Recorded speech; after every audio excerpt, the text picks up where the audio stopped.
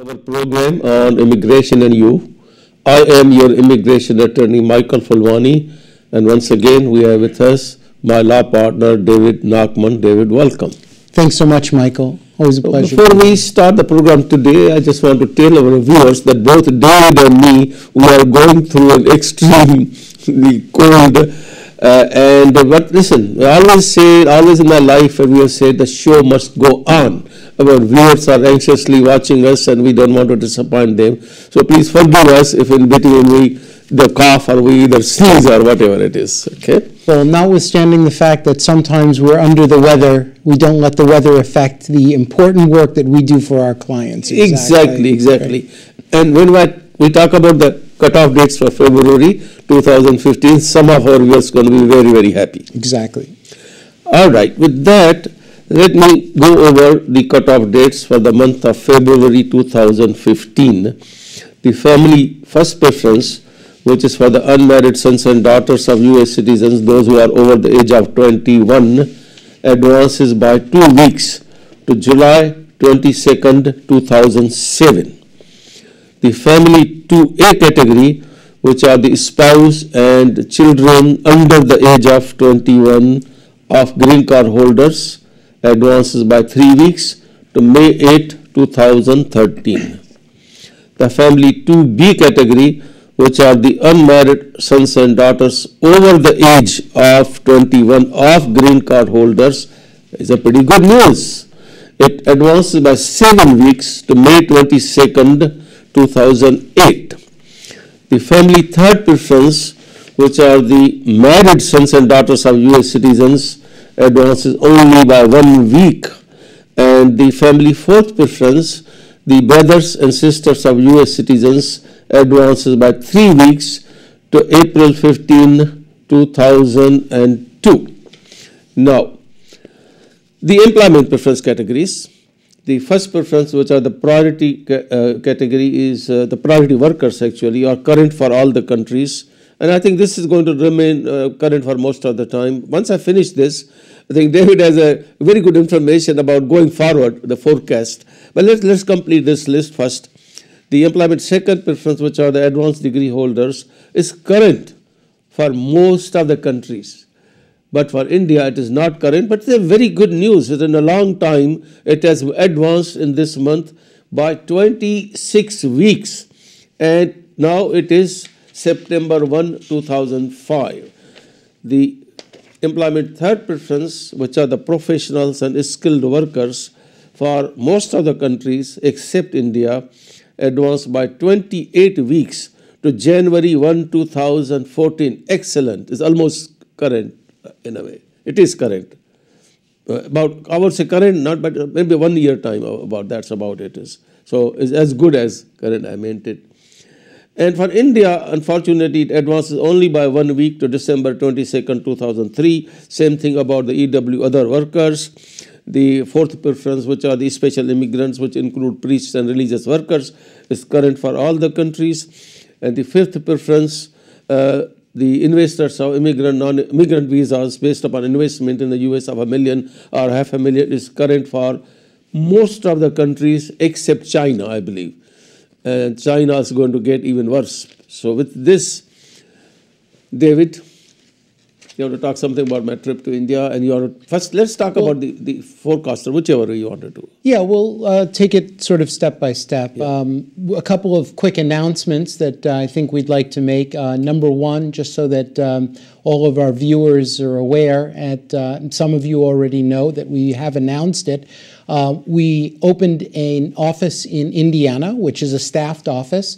In Indianapolis, downtown, and we have someone who is in that office, and in the event that anyone would like to meet with our staff out there, I'm given to understand there's a tremendously large Indian population in Greenwood down there, and she's starting to meet with folks and talk about DAPA and talk about DACA and all the other benefits that, of course, President Obama announced in November. So a lot of questions have been coming in, and we, of course, want to be able to help folks wherever we can. So if anyone would like to meet with her, her name is Yenny Ribon. If anyone would like to meet with her, they should just let us know. That's number one.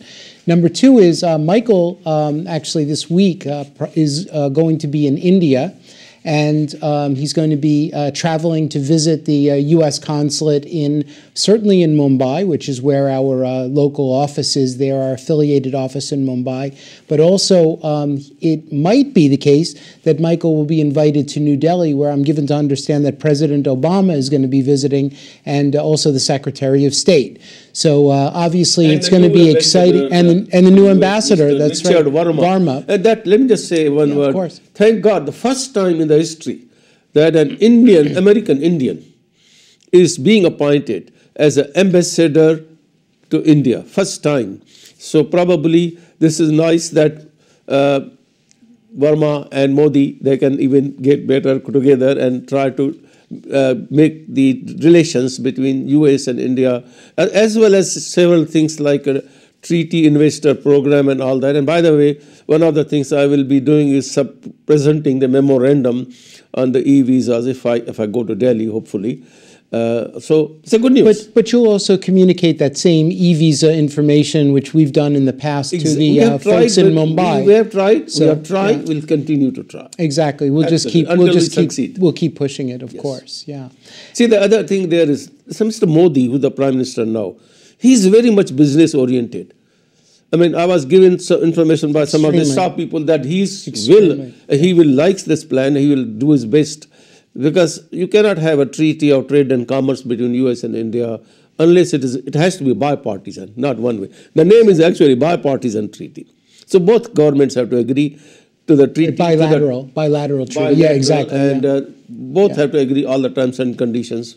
And then even after they present the bill, the president has to sign that. That's right. And Congress has to pass that first. But I don't think that would be too difficult because, as we know, Bangladesh, Pakistan, and Sri Lanka all have a bilateral trade agreement. So why not India? It just doesn't make sense. This is what our viewers, our clients complain all the time. They say, why? Pakistan is there, Bangladesh is there, so many, 46 countries are there. And we have been trying. I cannot say what is in the background. I had talked to one ambassador before in Delhi about 10 or 15 years ago and said, Mr. Ambassador, what is exactly the problem? He didn't say very clearly, but from his tone, I could feel out the Indian government at that time was not very much inclined or not agreeable to some of the terms and conditions of the treaty. Right. But things have changed. Things have changed. I hope, I pray God that's going to happen. Well, I hope that we're able to finally get through, and I think that obviously the appropriate people are in place now. Yeah. And obviously if you're there and you have contact with the right people, maybe we can, of course, make that happen. Inshallah. So pray God. Yeah. Exactly. But I think that, Michael, you make a really good point, which I'd like to come back to, and that is the fact that that Mr. Varma is Indian, and he's going to be the ambassador. So you have an individual now who's going to be the U.S. ambassador to India, who is familiar with the nuances of the Indian people. And exactly. As an outsider, because I'm not Indian, I don't know if you noticed that, but I'm not almost. I don't know if you know that. I'm an honorary Indian, but I'm not. Some people call me, the honorary Jewish, Hindu, right? But I'm not brought up in the Indian culture, and obviously I learn on a day-to-day basis about it. And there are so many nuances. And here, what we have is an opportunity for there to be a nice bridge created. And these nuances obviously are swept into the fact that he's been brought up in the Indian culture and also is fully familiar with what the United States needs politically, exactly. And he's connected. And so this is all very good. I think the working pieces are in place to make this all work favorably for India going forward. So let's continue. So yes, so let's talk about predictions. What David is going to say about the Let's talk about, the predictions. First of all, let me explain where these predictions come from. This is not David Nachman looking into a crystal ball and telling you. Charles Oppenheim, who is the person at the U.S. Department of State, many of you have heard us mention his name. He's the individual who is responsible for for crunching the numbers on a monthly basis. And what he does is he reports in a document called the Visa Bulletin, which many of you are aware of, and this is accessible online. You can get the Visa Bulletin online. If any of you want to have the email address for getting this, please let us know. But essentially what he did is he put forth some predictions. Yeah. So the predictions, at least in the employment-based, are, well, there are some in the family-based, and there are also some in the employment-based. Family-based. Family-based first is that they are predicting for potential monthly movement in the F1 classification up to 3 weeks. In the F2A, they're talking about movement of 3 to 4 weeks. In the F2B, they're talking about 3 to 6 weeks. In the F3, they're talking about up to 3 weeks, so it could be 2.5 to 3 weeks. And in the family fourth, they're talking about 2 to 4 weeks. So those are the projections. And again, unfortunately, this is not written in stone. This really is just looking forward. He has command of the numbers, and so that's what he is projecting. So in the employment base, this is a little more interesting.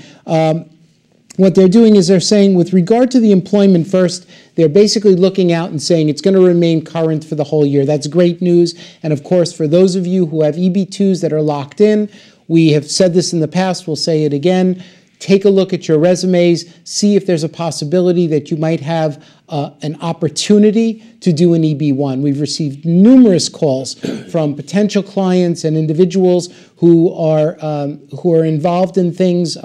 New articles are being written, new information.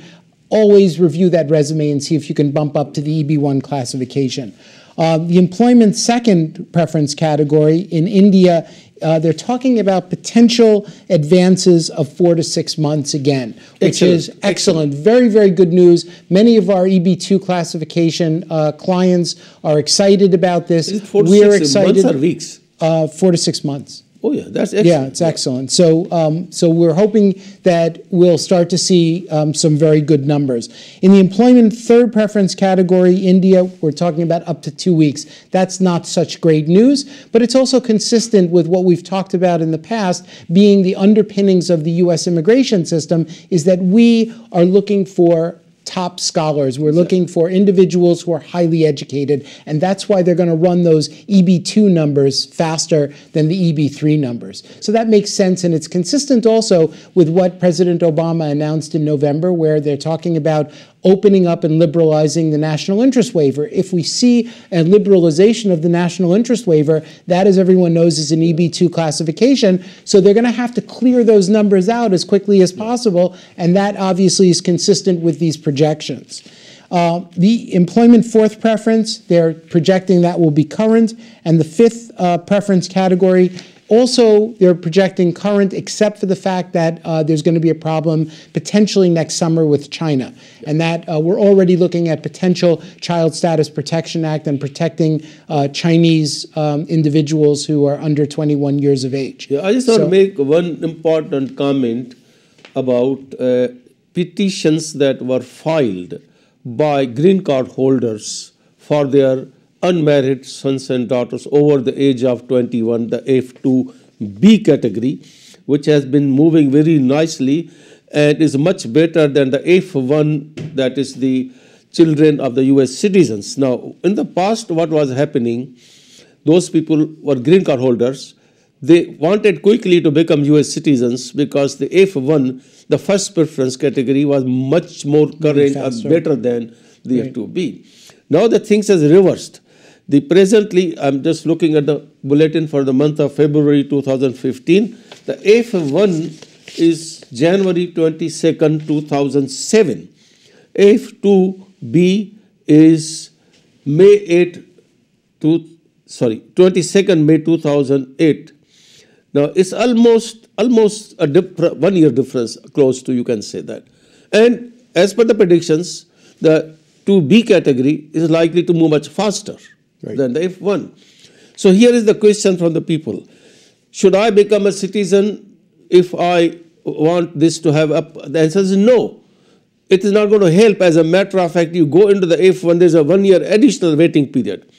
So Can I still continue the petition that was filed under 2B? Yes.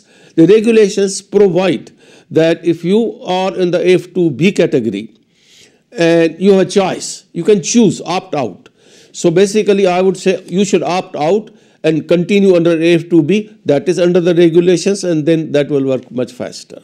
Well, with that, we thank you very much for being on the program, David, and thank all much, of you Michael, for watching the program. Please keep watching us every Saturday and Sunday around 11:45 a.m. Thank you very much and goodbye.